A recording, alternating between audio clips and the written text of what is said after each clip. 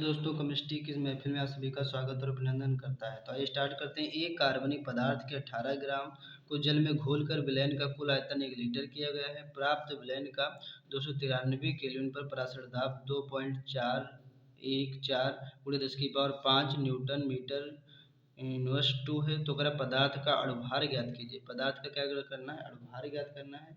अणुभार पदार्थ का क्या करना है? अणुभार ज्ञात कीजिए। अणुभार का मतलब होता है विलेय का अणुभार। विलेय का अणुभार ज्ञात कीजिए। तो यहाँ पर देखेंगे कह रहा है एक कार्बनिक पदार्थ के कह रहा क्या एक कार्बनिक पदार्थ जब अणुभार ज्ञात किया जाता है तो फार्मूला पढ़ा होगा वांट हाफ समीकरण से। कौन से? तो यहाँ लिखेंगे वांट हाफ समीकरण से। वांट हाफ समीकरण क्या दिया था? वांट हाफ समीकरण में तो पीवी बराबर क्या फार्मूला पड़ा है? पीवी बराबर एन आर टी। क्या पढ़ा? N R T. और एक एन बराबर भी फार्मूला पढ़ा है। एन क्या होता है? विलेय के मोलों की संख्या। एक एन बराबर फार्मूला पढ़ा होगा विलेय के मोलों की संख्या, विलेय का भार बटे विलेय का अणुभार। तो एक और फार्मूला इससे पढ़ा होगा, क्या पढ़ा होगा? तो पीवी बराबर पढ़ा होगा एन बराबर क्या होता है? एन होता है विलेय के मोलों की संख्या बराबर होता है विलेय का भार और बटे विलेय का अणुभार, मतलब डब्ल्यू अपॉन यहाँ से यम और आर इंटू टी। ये फार्मूला पढ़ा होगा। अब यहाँ से इस फार्मूले से न्यूमेरिकल क्या हो जाएंगे? सॉल्व हो जाएंगे। उसके बाद यहाँ देखेंगे जो दिया हुआ है। कह रहा था एक कार्बनिक पदार्थ के 18 ग्राम 28 कार्बनिक पदार्थ के 18 ग्राम ये क्या दे रखा है? 1 ग्राम जो दे रखा है ये विलेय का भार दे रखा है। जो भार डब्ल्यू का दे रखा है वो दे रखा है 18 ग्राम। तो यहाँ लिख देंगे 18 ग्राम। उसके बाद क्या दे रखा था? कह रहा को जल में घोलकर विलयन का कुल आयतन अगर 1 लीटर किया गया है। जो आयतन कितना किया गया है? आयतन कह रहा था 1 लीटर किया गया। आयतन को इसमें बदल देंगे मीटर में बदलने के लिए 1.0 × 10⁻³ मीटर क्यूब क्या हो जाएगा? ये आयतन जो होता है लीटर में, लीटर के बाद किसमें बदल देंगे? मीटर में। उसके बाद क्या कह रहा था? प्राप्त विलयन का जो दे रखा 293 केल्विन पर पराशर दाब। जो केल्विन पर जो कितना दे रखा है? जो केल्विन दे रखा है वो दे रखा है टेम्परेचर टी दे रखा है। टेम्परेचर कितना दे रखा है? वो दे रखा है 293 केल्विन। कितना दे रखा है? 293 केल्विन दे रखा है। उसके बाद क्या कह रहा था? कह रहा था पराशर दाब कितना दे रखा है? पराशर दाब दे रखा था जो पी। पराशर दाब क्या दे रखा है? पी जो दे रखा है उतना दे रखा है।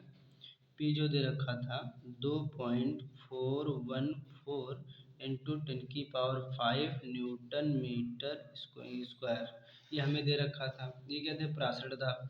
तो कहता था पदार्थ का अणुभार ज्ञात कीजिए। पदार्थ का क्या ज्ञात करना है? अणुभार ज्ञात करना है। पदार्थ का अणुभार का मतलब होता है जिसे बोलते हैं विलेय का अणुभार, मतलब यम ज्ञात कीजिए। क्या ज्ञात कीजिए? यम ज्ञात कीजिए। कह रहा था विलेय का अणुभार कहना मतलब यम ज्ञात कीजिए। उसके बाद कह रहा है यदि आर क्या दे रखा है? ये आर जो हमें दे रखा है इसको बोलते हैं आर को विलयन का स्थिरांक। जो विलयन का स्थिरांक आर कितना दे रखा है? जो आर दे रखा है वो दे रखा है कितना? यहाँ पास 8.3, हाँ 8.3 दे रखा है। इतना दे रखा है 8.3 दे रखा है। अब इसी के थ्रू मान को क्या कर देंगे? पुट कर देंगे। अब ये फार्मूले को सही तरीके से हमें क्या निकाल लेना है? हमें जो निकाल लेना है क्या? इसमें यम निकालना है। तो यम क्या है हमारा? यम है विलेय का अणुभार। तो इस तरीके इसको किस तरीके से निकालेंगे? फार्मूले के अनुसार पहले इसको फार्मूले को ही निकाल लेंगे। अब यहाँ पास फार्मूला किस तरीके से निकालेंगे? तो पी देखो एक गुणे में वी से रहेगा बराबर WRT अपॉन में यम रहेगा इस तरीके से। अब देखेंगे क्या करेंगे, जिसके नीचे कुछ नहीं उसके नीचे मानेंगे तिरछी गुणा कर देंगे, इससे कम हो जाएगा। तो यहाँ हो जाएगा क्या? यहाँ हो जाएगा डब्ल्यू आर टी कम WRT हो जाएगा। उसके बाद एक कम हो जाएगा मतलब P इंटू बी इंटू यम इस तरीके से हो जाएगा। ध्यान से देखेंगे सभी लोग गौर से। जब एक कम करेंगे तो सब इसके एक कम हो जाएगा और इसकी गुणा करेंगे तो इसके एक कम हो जाएगा।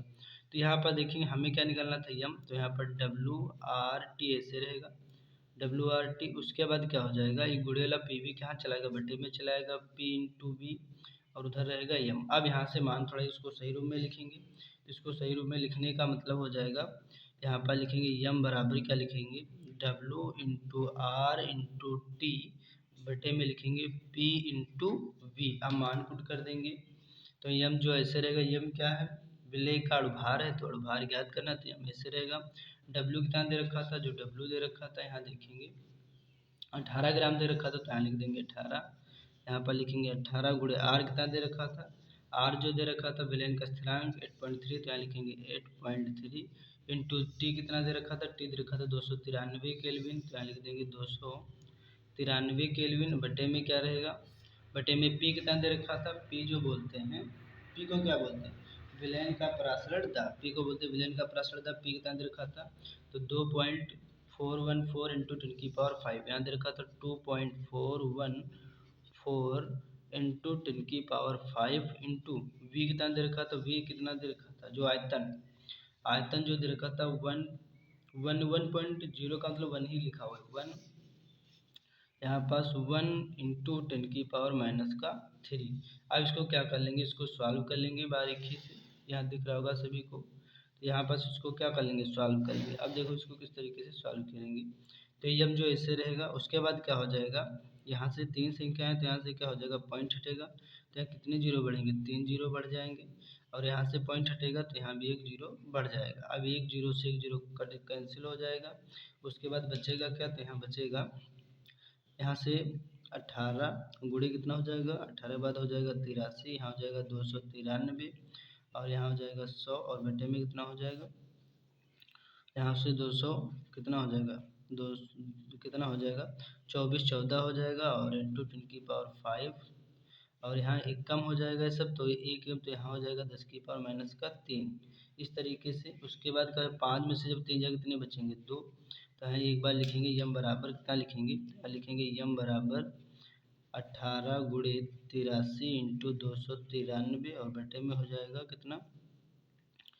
24 14, और 5 में से 3 जाएगा कितना बचेगा 2, और ये 2 प्लस का ऊपर जाएगा कहाँ का हो जाएगा माइनस का, ऊपर 100 को क्या लिखेंगे, 100 को लिखेंगे 10⁻2, इस तरीके से। और यहाँ 5 में से 3 जगह कितना बचेगा, 5 में से 3 जगह यहाँ भी 10⁻, कितना बचेगा 2, तो यहाँ देखिए ये भी प्लस का ऊपर जब माइनस का तो कैंसिल हो जाएगा, बच्चा अब इनको क्या कर देंगे, इनकी हो जाएगी मल्टीप्लाई, तो यहाँ पास हो जाएगा यम बराबर, अब इन तीनों की 18 83 और 293 की मल्टीप्लाई कर लेंगे, उसके बाद इस 24 14 से क्या कर देंगे, डिवाइड कर देंगे, इन तीनों की जो मल्टीप्लाई होकर के आ जाएगा कितना आ जाएगा 43 77 और कितना 42, और बटे में कितना रहेगा, बटे में रहेगा 24 14। अब इससे इसको क्या हो जाएगा, डिवाइड कर देंगे, ये जो डिवाइड आप सभी को कर लेना, भाग कर लेना है, डिवाइड होने पर कितने से रफा दफा हो जाएगा, तो ये जो रफा दफा हो जाएगा कितने से हो जाएगा, तो ये हो जाएगा रफा दफा 181.3, ये हमारा आ जाएगा राइट आंसर। तो ये जो न्यूमेरिकल आप सभी को कैसा लगा, आप सभी को ऐसा अच्छा लगा तो फिर मिलता हूँ नेक्स्ट वीडियो में, तब तक के लिए धन्यवाद। ये जो निकल कर क्या है, पदार्थ का अणुभार निकल के आया, क्या निकल के आया, पदार्थ का अणुभार, तो ये इसको आप सभी को काफ़ी बार इसको लगा लेना है, और जब आप सभी के न्यूमेरिकल समझ में आ जाएगा तो आप सभी लोग बिना देखे ही इस न्यूमेरिकल को क्या कर लोगे, सॉल्व कर लोगे, आपको फार्मूला भी क्या हो जाएगा, पता चल जाएगा कौन सा फार्मूला कहाँ पर लगेगा। फिर मिलता हूँ नेक्स्ट वीडियो में, तब तक के लिए धन्यवाद।